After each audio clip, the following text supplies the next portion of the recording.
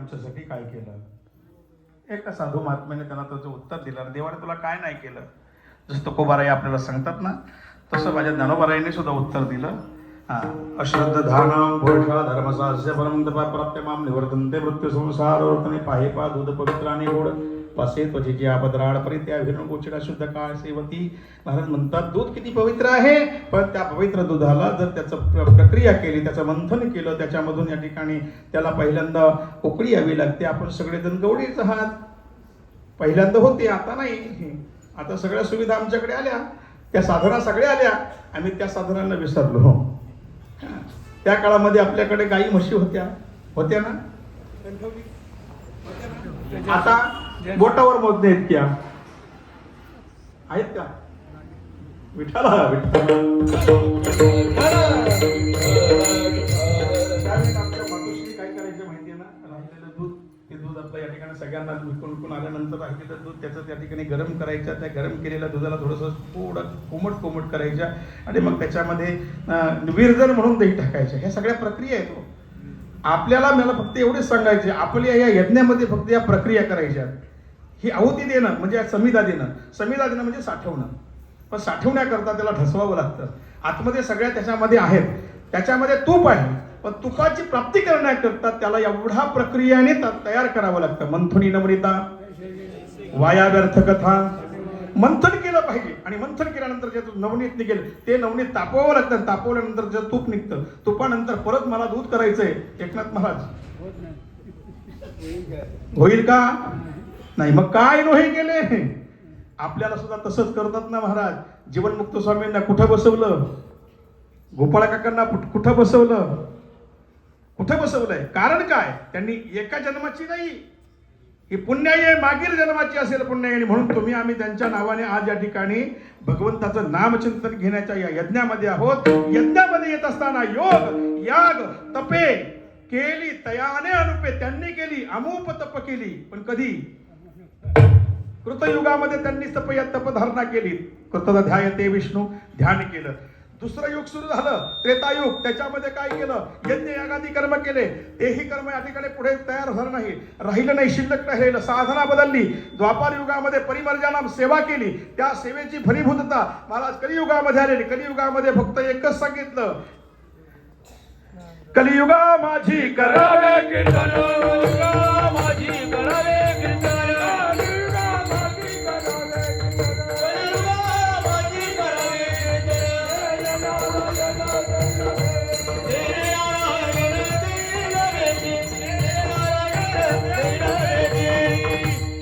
कलियुगा माझे करावे कीर्तन. आता कीर्तनाचा अर्थ समजून जाईल थोडासा, माझ्या बुद्धीला पटला तसा. कीर म्हणजे घाण.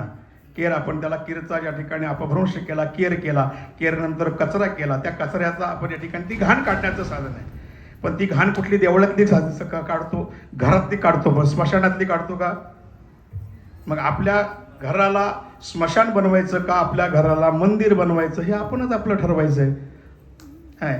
आणि हे ज्ञान फक्त आपल्याला दिलंय, इतर योनीला दिलेलं नाही. हे साधना आपल्याला सांगण्याकरता त्यांनी पहिली प्रक्रिया केली, योग यागादी कर्म केली.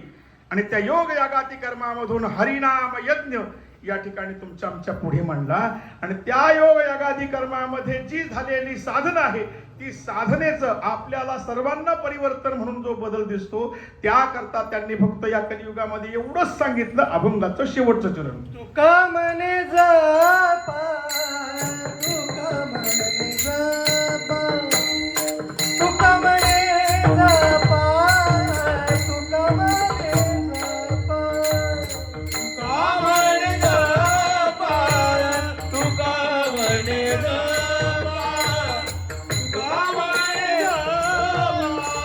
तुका म्हणे जपा, तुका म्हणे जपा. मंत्र त्रिअक्षर हरी जपा.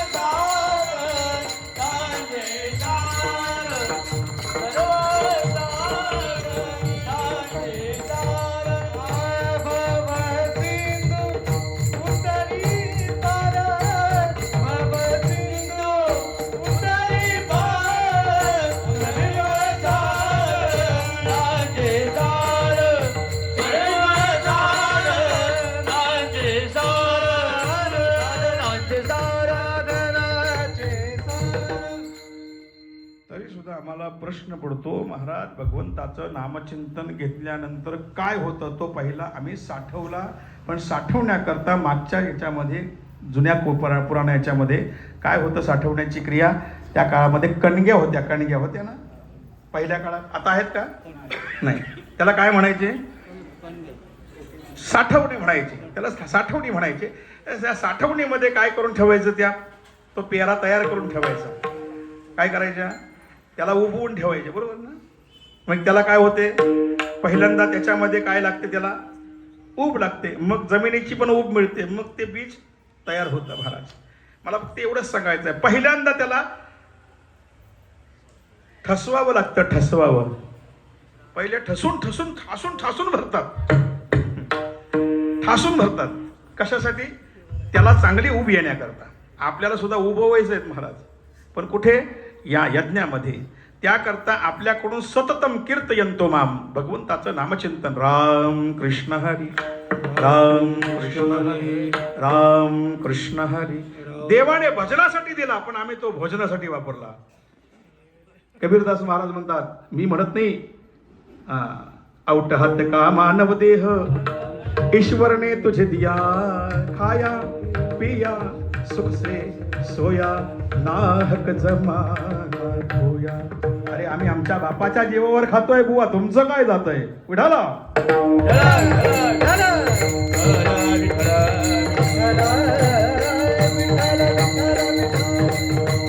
या ठिकाणी ज्यांना हा प्रश्न आहे ना, हा प्रश्न ज्यांच्या पुढे आहे त्यांना माझं आव्हान आहे. अरे जुन्यांनी कमावलं, आज सज्ञानी होऊन सुद्धा आम्ही गमावतोय.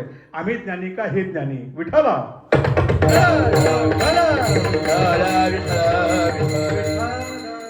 तुम्ही जमिनी जमवल्या की नाही? वाडवडिलांनी त्याचं जोपासना केली की नाही? आज आम्ही काय केलं? मग आम्ही ज्ञानी का?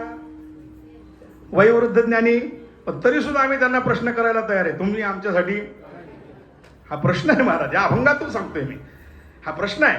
तसं देवाने आमच्यासाठी काय केलं? देवाने काय नाही केलं, पण त्याचं नामचिंतन तू कर ना.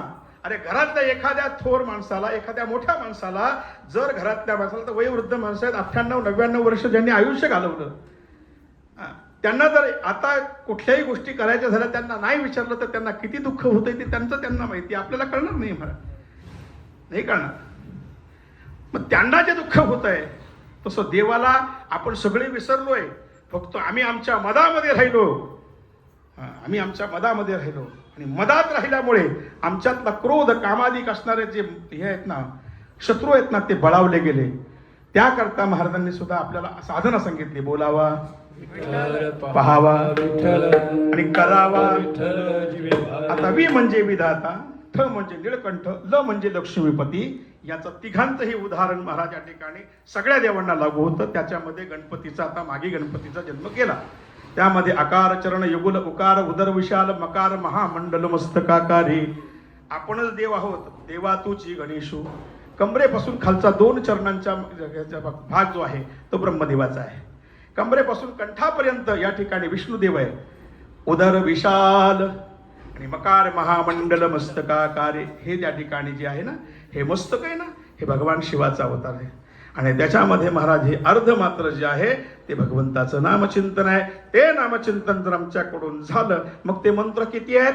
विठ्ठल, विठ्ठल, विठ्ठल, विठ्ठल. वि म्हणजे विचार, ठ म्हणजे ठसा आणि ल म्हणजे लक्ष. एका ठिकाणी महाराज या ठिकाणी ज्ञानेश्वरीमध्ये सांगतात, तरी अवधान एकले दिजे, मग सर्व सुखासी पात्र होईजे. आणि हे प्रतिज्ञोत्तर माझे नाही, ज्ञानोबा यांचे, हे प्रतिज्ञोत्तर माझे. उघड ऐका, परिप्रौढीनं बोलो होजी, तुम्हा सर्वज्ञांच्या समाजी. अरे द्यावे अवधान हे माझी विनवलीच लगीची. फक्त एवढंच काम करा, या यज्ञामध्ये आमच्याकडून अवधान द्या, लक्ष द्या. लक्ष देऊन त्या भगवंताला आपलंसं करा.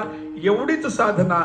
महाराज म्हणतात ते मंत्र आहे, पण तो मंत्र आता कडू लागेल, कारण विषयाचा पडीपाडू, गोड परमार्थ लागे कडू. हा परमार्थ आहे. प्रत्येकाला असं वाटतं की बुवांनी टाळ वाजवले, कुठंतरी भजनं केली, कीर्तन केली, म्हणजे त्यांच्याकडून परमार्थ झाला. परमार्थ महाधन, जोडी देवाचे चरण. त्या ठिकाणी या देहाला परमार्थ प्राप्त करून घेणं म्हणजे कीर्ती रूपाने उरणं. आणि हे समर्थाने सुद्धा आम्हाला सांगितलं श्लोकामध्ये, मरावे परी. आणि तुकोबारायाने सुद्धा सांगितलं, तुका म्हणे एका मरणाची झरे उत्तमाची उरे. कीर्ती मागे. मग ही कीर्ती म्हणजे परम अर्थ. या देहाला 3.5 हाताला परमार्थ प्राप्त झाला की मग गोड परमार्थ लागे करू. तो परमार्थ आमच्या जीवनामध्ये गोड आहे, पण तो करू लागतो. त्याला कारण आहे, आम्हाला गोळी खायची इच्छाच होत नाही. आम्ही डायबिटीसच्या गोळ्या खाऊ, अजन्म आम्ही बीपीच्या गोळ्या खाऊ, पण ही गोळी बुवा तुम्ही आम्हाला देऊ नका. ही गोळी आम्हाला फक्त 3 युगातली गोळी जर आम्हाला दिली तर आमचं वाटोळं होईल. कारण तुकोबारायांनी सांगितलंय, मी नाही सांगत म्हणतात आपल्यासारखी. आम्ही बिघडलो, तुम्ही बिघडाला. अरे पण त्यातला अर्थ शोधला का? आम्ही बिघडलो. साधू संत महात्मे सांगतात, आम्ही बिघडलो. कशाने? भगवंताच्या नामाने. आम्हाला पुढे काय करायचंय? तुम्ही बी घडाना. या करता काय करा? मंत्र शरी सोपा. मंत्र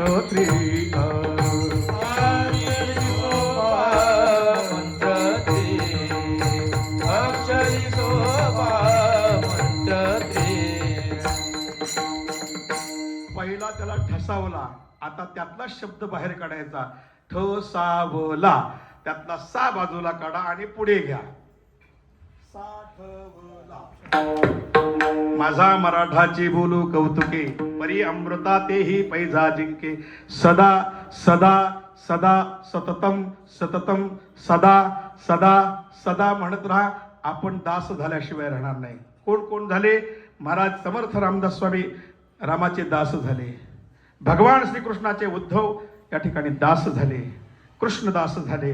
मी म्हणत नाही, सत्वर उच्चार उद्धवा लाधला. मग तुम्हा आम्हाला लादण्या करता. ज्ञानोबाराय सांगतात, तुका म्हणे एका विठाला विठाला ज्ञानदेव म्हणे नाम हे सुलभ सर्वत्र दुर्लभ. 1200 शतकामध्ये सांगितलेले शब्द आहेत, पण आपल्याला त्यावेळेला कळाले. आपण त्यावेळेला होतो, पण आता ते कळायला आपल्याला लोपलेलं ज्ञान आहे. अज्ञानामध्ये आहोत, म्हणून तुकोबारायाने सांगितलं, बाबांनो आता पुन्हा लोपलेलं 400 वर्षापूर्वी ज्ञान तुमच्यापर्यंत पोहोचवण्याकरता फक्त एकच काम करा. तुका म्हणे सोपे हे सर्व शहाणा तो धनी. घेतासे. आता सोपं म्हणजे त्या काळातलं सुलभ, या काळातलं सोपं. आणि शहाणा तो विरळा. एकच. त्यावेळेला सहस्त्रामध्ये, हजारामध्ये एक.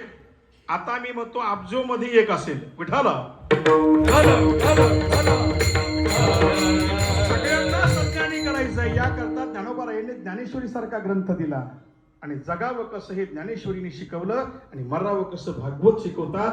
आणि त्याचा तो या ठिकाणी निर्वाळा करतात, ज्याचं नामचिंतन करतात. गीता भागवत अखंड चिंतन.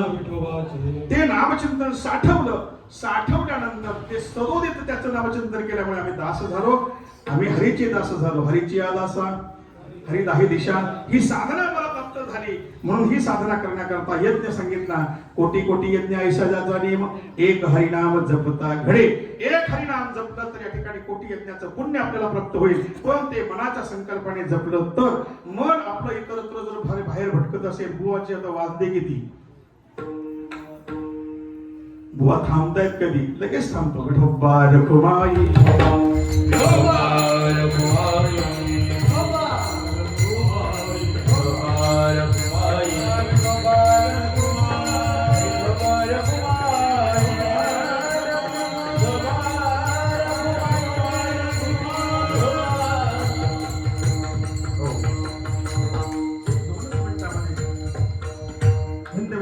संस्थापक छत्रपती शिवाजी महाराज लोहगडावरती कीर्तनाकरता गेले.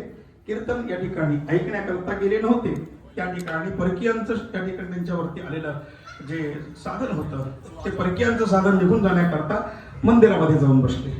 तिथे महाराज पांडुरंगाच्या मंदिरामध्ये जगद्गुरु तुकोबाराय या देवाशी संभाषण साधत होते. तितक्यामध्ये कुठेतरी पुटपुट चालू झाली. पण देवाच्या नामचिंतनामध्ये असल्या कारणाने हे असं कीर्तन त्या काळात नव्हतं महाराज. फक्त एकच कीर्तन होतं, नामसंकीर्तन. राम कृष्ण हरी, जय जय राम कृष्ण राम कृष्ण हरी, जय जय राम कृष्ण हरी, जय जय राम कृष्ण हरी, जय जय राम कृष्ण हरे राम कृष्ण हरी, जय जय राम कृष्ण हरी. हरे राम कृष्ण हरी, जय